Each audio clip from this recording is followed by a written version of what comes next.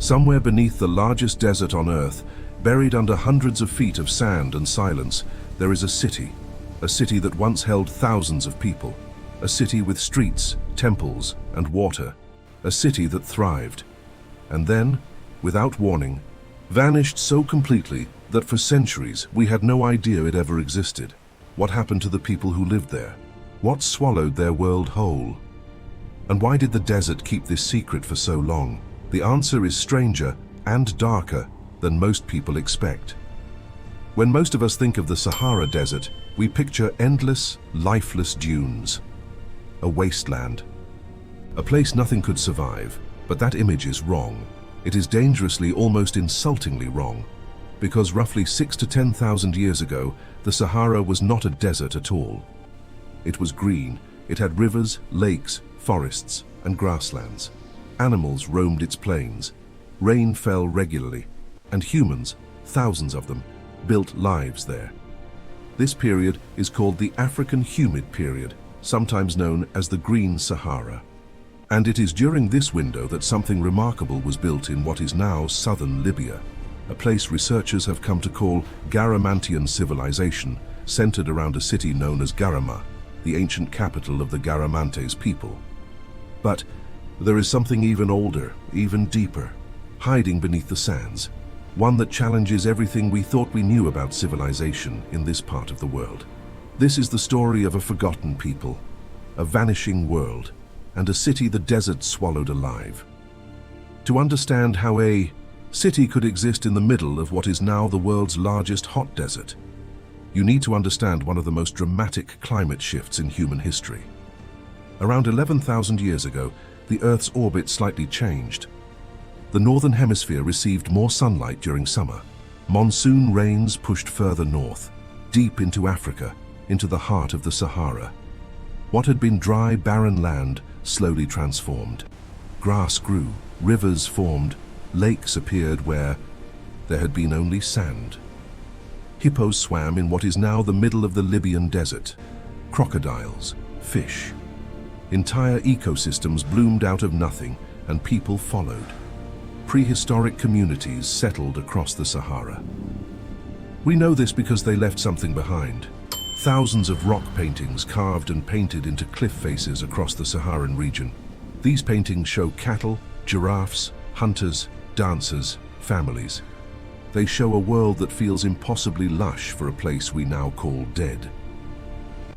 One of the most significant of these groups were the ancestors of the Garamantes, a people who would eventually build one of the most sophisticated civilizations in ancient Africa, in a place that had no business supporting civilization at all, and they built something truly extraordinary to survive what was coming.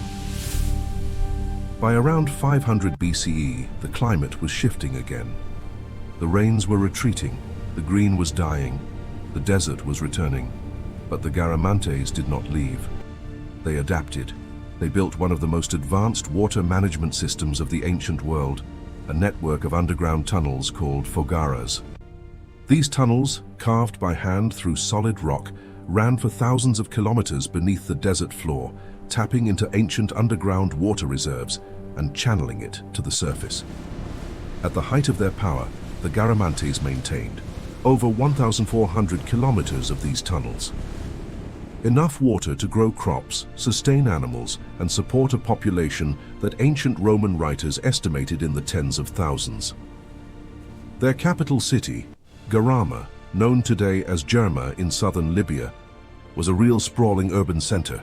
Excavations have revealed stone temples, mausoleums, sophisticated architecture, and cemeteries containing thousands of burials. They had trade routes connecting them to Mediterranean civilizations. Roman writers like Herodotus and Pliny the Elder wrote about them, sometimes with respect, sometimes with fear. But here is where the story gets darker. Because deep in the desert, satellite imaging has revealed something that ground excavation hasn't fully explained yet.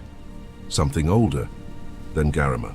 Something that may represent a civilization that existed even before the Garamantes, perhaps during the very height of the Green Sahara, thousands of years earlier. And that hidden layer beneath the sand tells a story of total, irreversible collapse. In 2011, a team of researchers using satellite radar imaging, technology originally developed for NASA, penetrated the surface of the Sahara and mapped what lay beneath. What they found was extraordinary. Beneath the sand, These objects are real.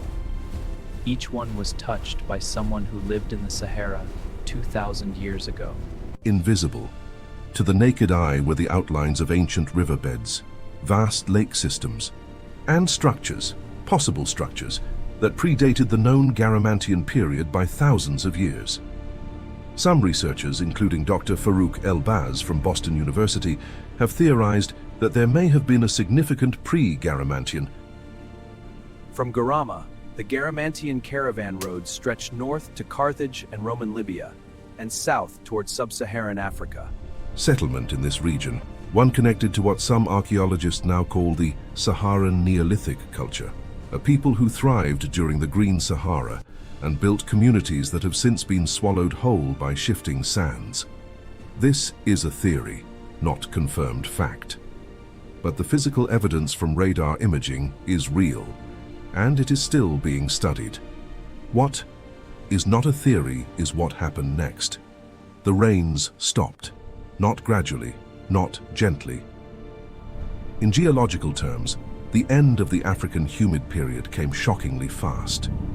Within a few centuries, almost nothing in geological time, the Sahara returned. Lakes dried up, rivers disappeared underground, the grasslands turned to dust, and whatever civilization existed during that green window, whatever people built their lives there, had almost no time to escape. The desert came for them, and it came hard. This is perhaps the most haunting part of this entire story. We know from genetic studies and archaeological evidence that as the Sahara dried, people migrated south into sub-Saharan Africa, east toward the Nile Valley, north toward the Mediterranean coast. The famous civilizations of ancient Egypt may actually have been partly shaped by refugees fleeing the dying Sahara. Some researchers, including those studying the work of archaeologist Nick Drake, believe that the sudden population boom along the Nile Valley around 5000 BCE, right when Egypt's earliest civilization was emerging, may be directly linked to Saharan refugees seeking water. Think about what that means. The people who helped spark one of the most famous civilizations in human history may have been climate refugees, people fleeing a world that had simply stopped being livable, but some stayed behind. The Garamantes stayed. They dug deeper. They built their underground rivers. They survived the desert by going beneath it. And for over 1,000 years, from roughly 500 BCE to 700 CE, they held on. A remarkable, stubborn, brilliant civilization, defying an inhospitable world until the water ran out. Their foggaras, those extraordinary underground tunnels, required constant expansion to reach new water sources as old ones dried up. Eventually, there simply was no more water to find. The aquifers were emptying. The system that had sustained them for generations was failing. Around 700 CE, the Garamantes went into steep decline. Their cities were abandoned. Their tunnels fell silent. The desert filled them in. By the time Islamic armies swept through the region in the 8th century, the Garamantes as a distinct civilization were essentially gone. What remains? 1130–1330. Today, if you were to travel to the Fezzan region of southern Libya, you would find the ruins of Garama, partially excavated, partially still buried. Stone tombs rise from the desert floor, ancient mausoleums, fragments of walls that once enclosed a living, breathing city. Most of it remains unexcavated. For decades, political instability in Libya has made deep archaeological work nearly impossible. Much of what we know comes from earlier Italian and British expeditions, satellite imaging, and surface surveys. But what those surveys keep hinting at, what keeps appearing in the radar data, is the possibility of something even deeper. Structures beneath the known Garamantian layer, remains of communities that predate them by thousands of years. The lost city buried under the Sahara may not be one city. It may be many. Layer upon layer of human ambition, human survival, human tragedy, buried by the same desert that erased the memory of the people who built them. We are still learning their names.